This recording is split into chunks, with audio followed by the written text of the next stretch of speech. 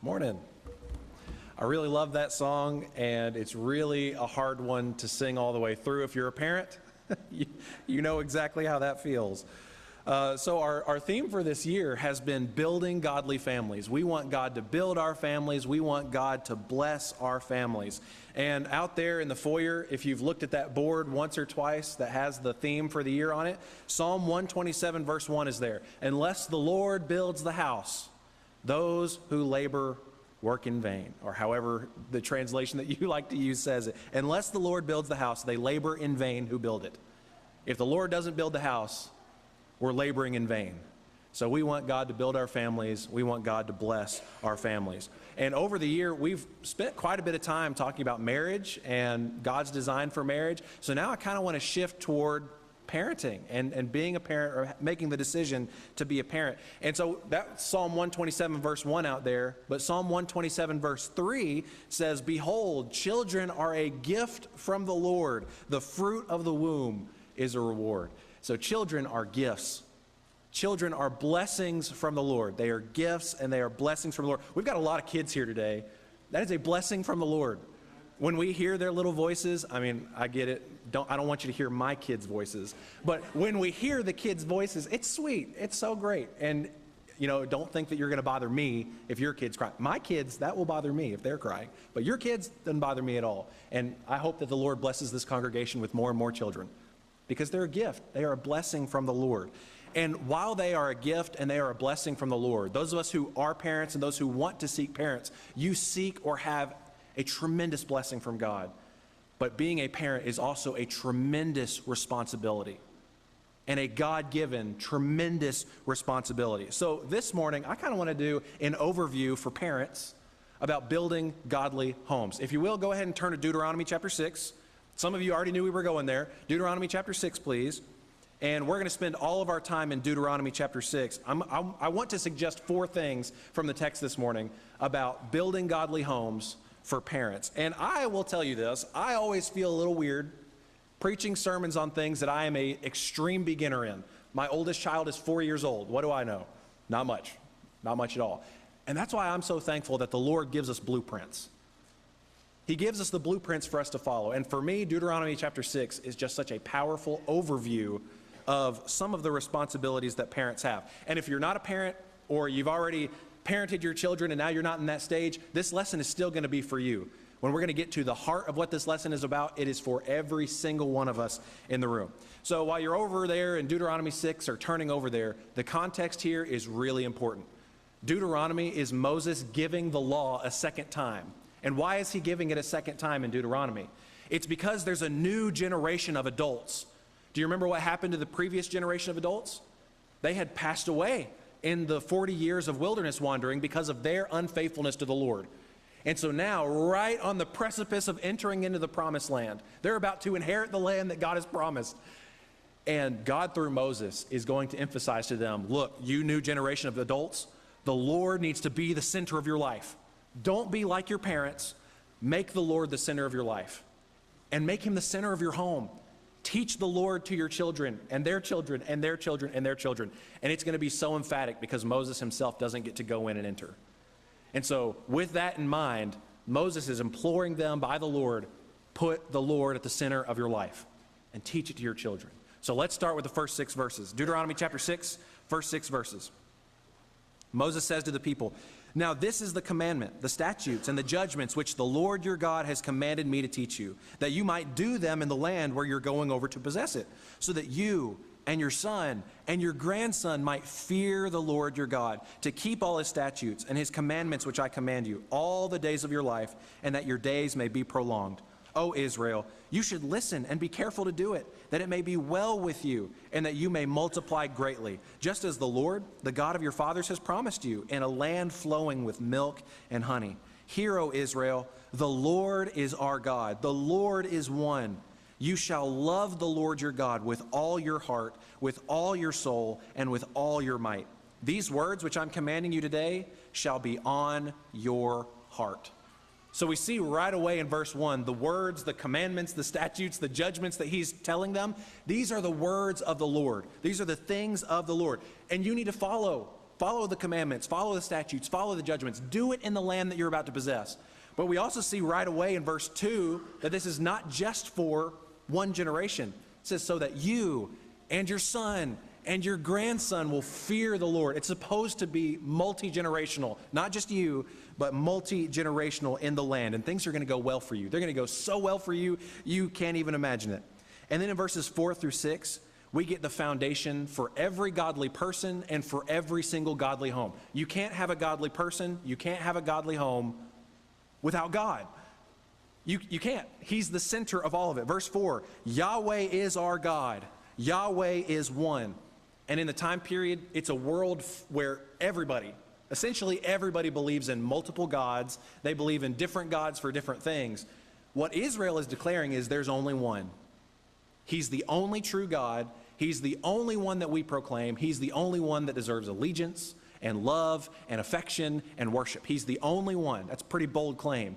He's the only one that gets that. And so, because of that, verse 5, it's not just out of a sense of legalism or grudging duty or, well, we got to follow all these steps and all these rules just because that's what he said to do.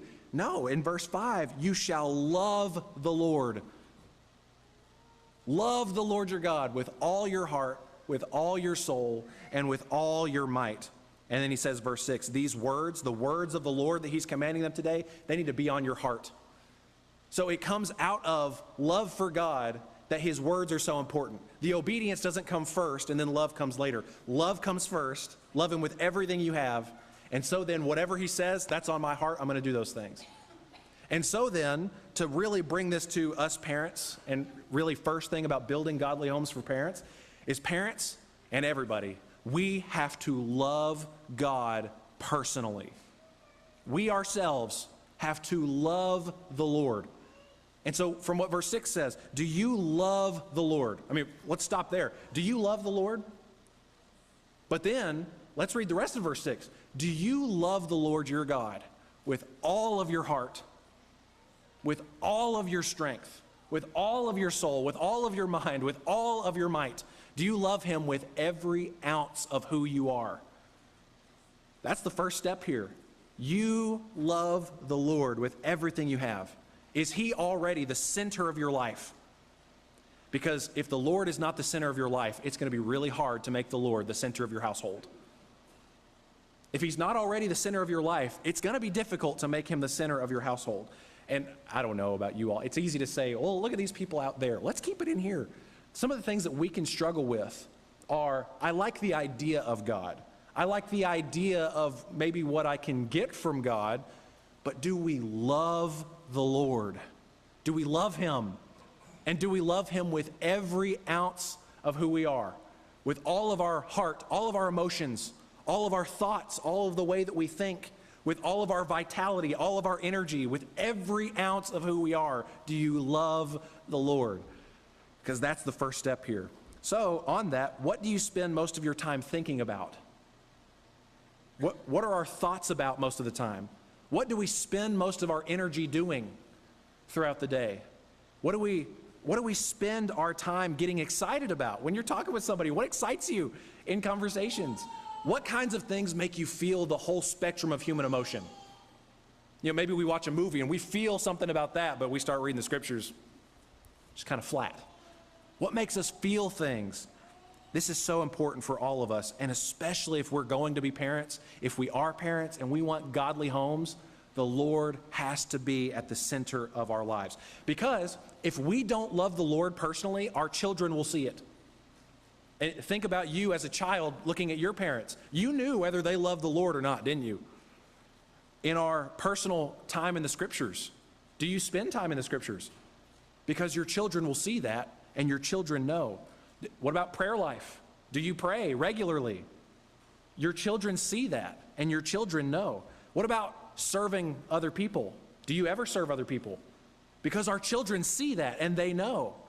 What about maybe our attitudes about other people in the room right now even? Because your children see that, and they know. Are you holding grudges for things that happened years ago? Maybe you weren't even involved in those things. Your children will see, and your children know that. What about our worship in the building? I mean, we could go down the list. When we're here and we're worshiping the Lord, is it emotionless, just checking a box? Do we even worship in the building? Because your children see that and they know. What about outside the building? Are we worshiping outside the building? Did you know that we should be worshiping outside the building? Your children see that and your children know. Outreach, we talked about the thing at 3, some outreach stuff. Do we ever talk to people about the Lord outside of this building? Because our children see that and they know. Our children, they watch us. They see what we do and what we don't do. They know. And so I really think our children are going to know better than we do if we are faking it on Sunday and Wednesday. I really think that's true. They know, they will see, and they will know. And I don't have teenagers as children, but if you spend any time around teenagers, you know they are walking hypocrite finding machines. And good on them for that. They will know if you are faking it on Sunday and Wednesday, won't they? And so if we don't love the Lord personally, our children see and they know. And all we're doing is saying, well, do as I say, not as I do, right? That's all we're doing if we don't love the Lord personally. So if we want the Lord to build our homes and bless our homes, we as parents have to love God with every ounce of everything that we are. We have to love the Lord personally. That's point 1. So let's keep going here in Deuteronomy. Let's see more about what the Lord was saying to Moses, to this new generation of adults. Look down at verse 7 through 9 with me. Verses 7 through 9. Moses told them, "You shall teach them diligently to your sons, and shall talk of them when you sit in your house, and when you walk by the way, when you lie down, and when you rise up. You shall bind them as a sign on your hand, and they shall be as frontals on your forehead. You shall write them on the doorposts of your house and on your gates." So in these verses, we see that parents are tasked specifically with teaching their children about the Lord. It is the parents' responsibility to teach their children about God. And verse 7 says, teach them diligently, teach them constantly, all the time, with a lot of effort. And did you notice where parents are supposed to be teaching their children? When you sit in your house, when you walk along the road, when you lie down, when you get up. So what's the point? Anywhere and everywhere that you go. Anywhere and everywhere you go. You teach your children about the Lord. You teach them about the Lord. And if we don't have number 1 right, He's not going to be on our minds all the time. But if we have number 1 where we love God with everything that we are, He's going to be on our thoughts all the time. And so there's just so many opportunities that come up. Look at that blue jay out there. That's a beautiful blue color. You know who made that? God made that. Look at that beautiful sunset over there. Oh, look at this scientific thing. You know who did that? God did that. It just goes on and on and on. Wherever you are in any situation, teach your children about the Lord. In verse 8 specifically, they're told to bind them as a sign on their hand, and frontals or frontlets, your translation might say. Now, later on, the Jewish people would get very legalistic about this. And in the New Testament, we can read about phylacteries. There'd be leather boxes that they would put a scroll of the law in on their forehead or on their arm. And then where it says the doorposts of their house or on the city gates, they even had a container that they would nail to their doorpost to put the word of God in. So we checked that box, we followed the law. Well, there's nothing wrong with doing that, but that's kind of missing the point. The point is, before you think anything or do anything, the Word of God's on your mind. Before you do anything with your hand, the Word of God is in your mind and before you even do anything. And on the doorposts of your home, the Lord's in your home. At the city gate, the Lord is in your city. You're thinking about God all the time and the words of the Lord all the time, and you're teaching them diligently to your children. And so the point really is your personal love for God, and then by an extension of your love for God, His words being written on your heart should just be flowing out of you to your children anywhere and everywhere that you are. And parents, teach your kids personally. And so that brings us to the second one, specifically this morning for parents, about building godly homes. And it is that parents, you must teach God to your children personally. It is the parents' responsibility to teach their children about the Lord. The local congregation is not the primary teacher of your children about the Lord. Grandparents are not the primary teacher of your children about the things of the Lord. Now, I think both of them can and should play a big role. I'm way in favor of that.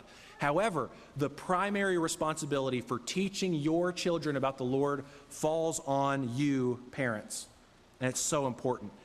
And if we love the Lord personally with every part of who we are, he's already supposed to be a part of our everyday lifestyle. And so it should just naturally flow out of who we already are, because we're already devoted to him and teaching them every day. But maybe the problem for us parents is number one isn't there. Maybe it's that we don't love the Lord with everything that we have, so we don't think about him every day, so then we don't teach our children the things of the Lord. Now, I'm really nerdy, so I've got a little thing here I'm going to go on.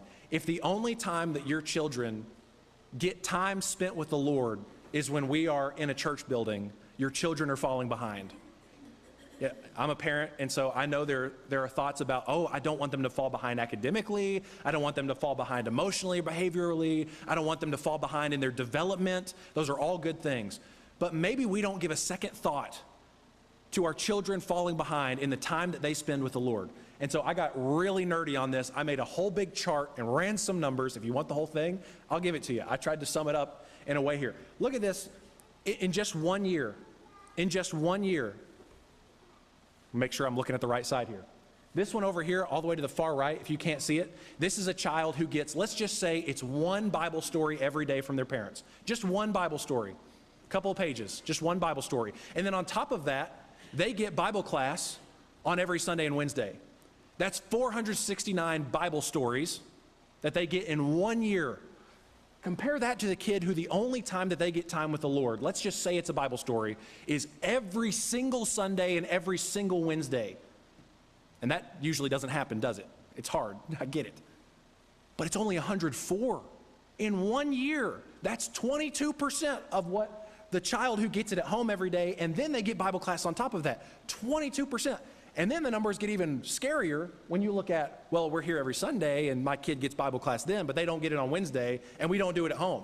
Because then they're only getting 52 Bible stories in 1 year. Or if it's every other Sunday, it's just 26.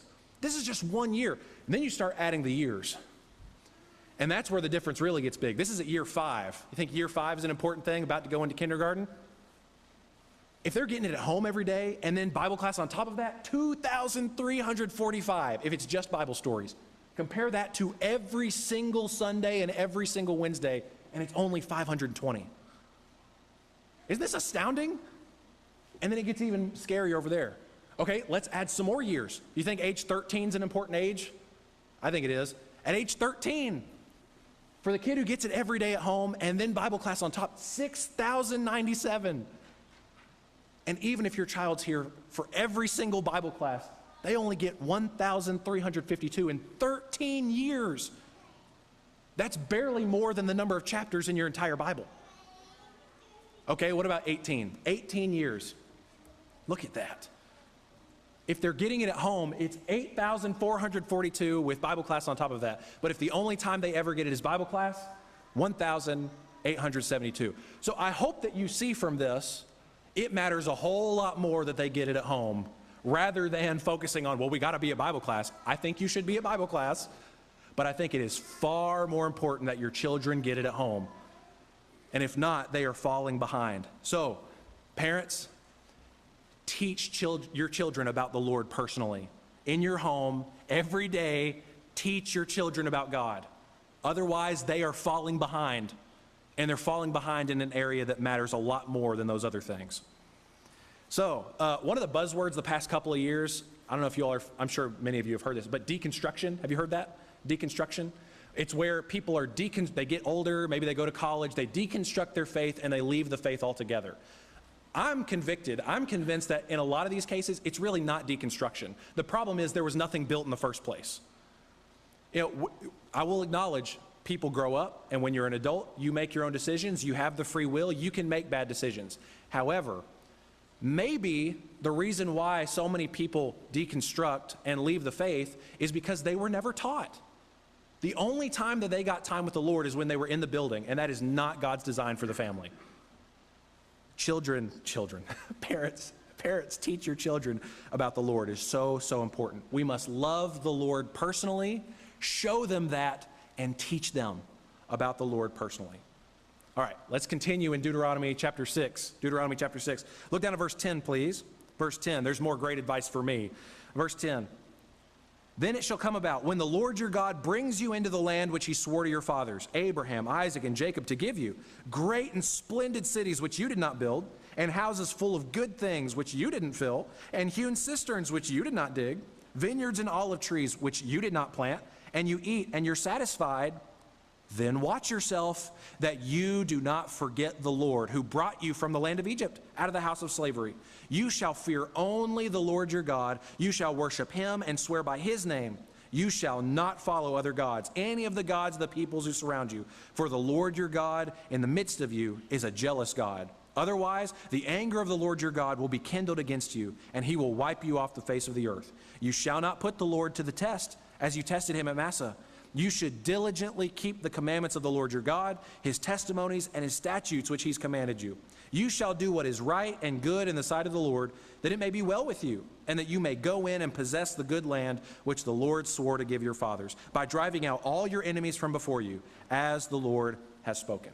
Now, there's all kinds of great stuff, and I really have to sort of limit myself in this section. But God is telling them through Moses, when you go into the promised land, the Lord is going to bless you beyond what you can even imagine right now. First of all, he's going to be giving you victory after victory after victory, even against much stronger armies than you, because he's the one that's doing it. And then on top of that, you're going to defeat them, only because the Lord's going to defeat them. And then you get to live in these cities that you didn't build, in these houses that you didn't build. You're going to enjoy all this good stuff that you didn't gather. You're going to have all these wells that are already dug. You didn't do that. And all this food from these vineyards that you didn't do that. And so the warning to them is, when you're enjoying all those good things that the Lord gave you, don't forget the Lord. When you're enjoying these good things, don't forget the Lord then, and don't turn away to false gods. Don't let anything or anyone become a false god to you. Remember the Lord your God. And so that brings us to the third thing. Parents, don't get distracted. Don't get distracted. Don't forget the Lord when things are going well. Don't make anything or anyone else your God. So maybe that means when things are going well, kind of like the Israelites are being told here. So maybe for parents, that means your child is the star pupil in their class. They are on the way to be valedictorian. They are on track to get the best career that makes the most money. Or maybe they're the star athlete on the field. Everybody thinks they're great. Everybody knows their name in the community because they're so good at insert whatever thing that you really care about. Their first chair and their instrument, I mean, you name it, whatever it is. Those are all good things. But one of the really hard truths that we have to face is none of those things matter if they don't love the Lord. Not one of those things matter. They're good things, but not one of those things matters if our children don't love the Lord. And I really do think that as parents, it's really easy for us to make those things our gods rather than God himself. Because it looks like this. Where do we spend all of our time? It's doing those things rather than the things of the Lord. Where do we spend all our money on? It's on those things rather than the things of the Lord. What do we think about? What do we talk about at the dinner table? It's those things and not the things of the Lord. And they're not bad things. They're not bad things. But they can take all of our time and focus and attention, and we can put so much emphasis on those things that maybe even without meaning to, we make those things our God rather than God himself. And we're missing the plot. We're missing the point because we're distracted. My number one mission as a parent is not to make sure that my child is better than everybody else's. You see how that's just pride? It's not to make sure that my child is better than everybody else's. My number one mission is to make sure that my children know that Yahweh is the only true God, and he is worth every ounce of who we are. And I need to teach them to love the Lord with everything that they have. And so, here we go. You all hold me to this in the years to come. I don't care if my kid's not valedictorian. I don't care if they ride the bench on all of their sports teams. I don't care if nobody outside of our circles knows their name. I don't care if they don't make the most money one day. I don't care about all of those things. Because if they have all those things and they don't love the Lord, what profit is there? We don't need to get distracted. If they gain everything in this world and they don't love the Lord, they have gained nothing. And I have not fulfilled my mission as a parent. So, may God help us not to get distracted, parents. All right, let's read the rest of this chapter. There's one more good piece of advice. By the way, don't think I'm talking to anybody. I've told several people, I'm jumping on my toes this morning. So I didn't wear my steel toe boots either. So all right, Deuteronomy 6, let's read verse 20 through 25. 20 through 25. When your son asks you in time to come, saying, what do the testimonies and the statutes and the judgments mean which the Lord our God commanded you? Then you shall say to your son, we were slaves to Pharaoh in Egypt, and the Lord brought us from Egypt with a mighty hand. Moreover, the Lord showed great and distressing signs and wonders before our eyes against Egypt, Pharaoh and all of his household. He brought us out from there in order to bring us in, to give us the land which he'd sworn to our fathers. So the Lord commanded us to observe all these statutes, to fear the Lord our God for our good always and for our survival as it is today. It will be righteousness for us if we are careful to observe all this commandment before the Lord our God, just as he commanded us. Now, in these verses, the wisdom of God really shines because kids are going to ask questions. And so he says, in the days to come, when your children ask these questions, what do these commandments mean? Why do we got all these rules and none of these other people out here have to do these things? Why are we doing these things?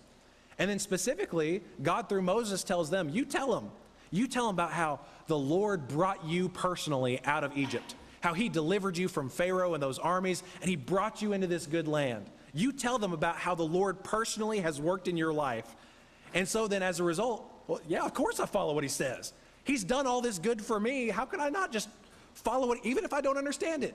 I trust, what does he say down there in verse 24?